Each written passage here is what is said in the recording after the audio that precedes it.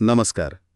आपण अनेकदा बघतो, म्हणजे अनुभवलंही असेल, की सगळं काही व्यवस्थित सुरू आहे, आपण योग्य गोष्टी करतोय असं वाटत असतानाही कुठेतरी अडकल्यासारखं वाटतं, नाही? हो, अगदी. एक प्रकारची काय म्हणतात त्याला, अस्वस्थता येते. बरोबर. तर आज आपण सायमन सिनेक यांच्या काही विचारांवर, विशेषतः त्यांच्या स्टार्ट विथ वाय या संकल्पनेवर आधारित साहित्याचा आढावा घेणार आहोत. आणि याच मुद्द्यावर सिनिक बोट ठेवतात. त्यांच्या मते प्रश्न काय करतो याचा नाहीये, तर का करतो याचा आहे. अच्छा. हो, आजच्या चर्चेचा उद्देश हाच आहे की त्या काचं महत्त्व समजून घेणं. सिनेक म्हणतात, लोकांना तुम्ही काय करता यापेक्षा तुम्ही ते का करता हे जास्त महत्त्वाचं वाटतं. हां, म्हणजे प्रेरणा महत्वाची. अगदी. तर या संकल्पनेचे पैलू आपण जरा सविस्तर बघूया. नक्कीच.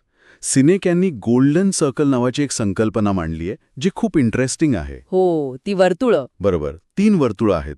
सगळ्यात आत आहे का, म्हणजे वाय, आपला हेतू, आपला विश्वास. आपला मूळ उद्देश. हो, मग त्याच्या बाहेरचं वर्तुळ आहे कसं, म्हणजे हाऊ, आपली पद्धत, आपली मूल्य. आपण ते काम कसं करतो, कोणती तत्व वापरतो ते. आणि मग सर्वात बाहेर आहे काय, म्हणजे वॉट, जे आपण करतो, आपलं उत्पादन किंवा सेवा. यातली गंमत अशी आहे की बहुतांश लोक किंवा कंपन्या विचार करताना किंवा बोलताना बाहेरून आत येतात. म्हणजे काय पासून सुरुवात करतात. अगदी, आम्ही हे विकतो, आम्ही हे करतो.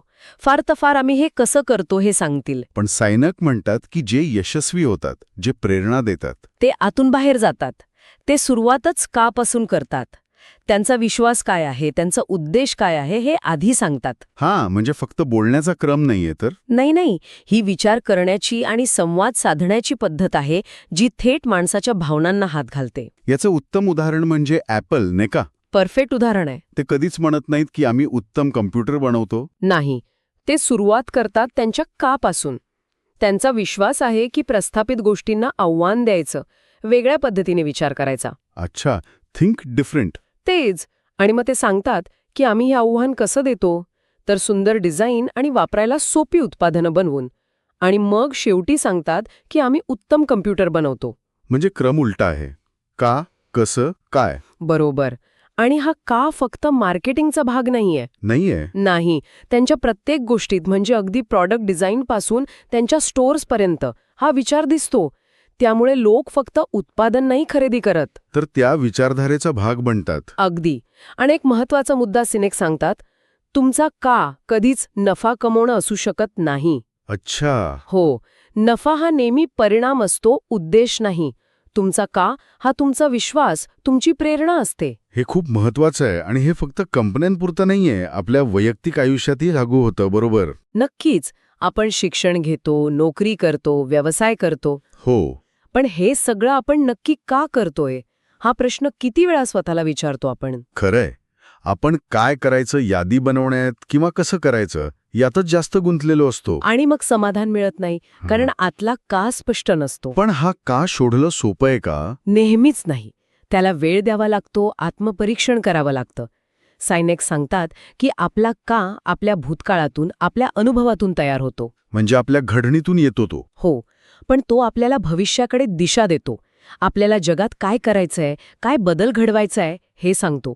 तो फक्त ध्येय गाठण्यापुरता नसतो. म्हणजे ध्येय, गोल्स आणि उद्देश, व्हाय, यात फरक आहे. खूप मोठा फरक आहे.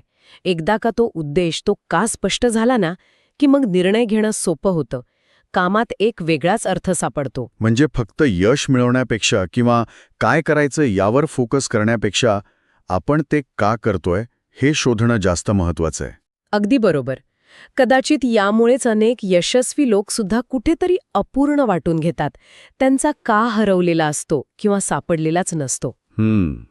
तर या सगळ्या चर्चेतून आपण एक विचार नक्कीच घेऊ शकतो. कोणता? की या धावपळीच्या जगात फक्त काम करत राहण्यापेक्षा थोडं थांबून स्वतःला विचारायला हवं, मी जे करतोय ते नक्की का करतोय. हा एक प्रश्न खूप काही बदलू शकतो. नक्कीच.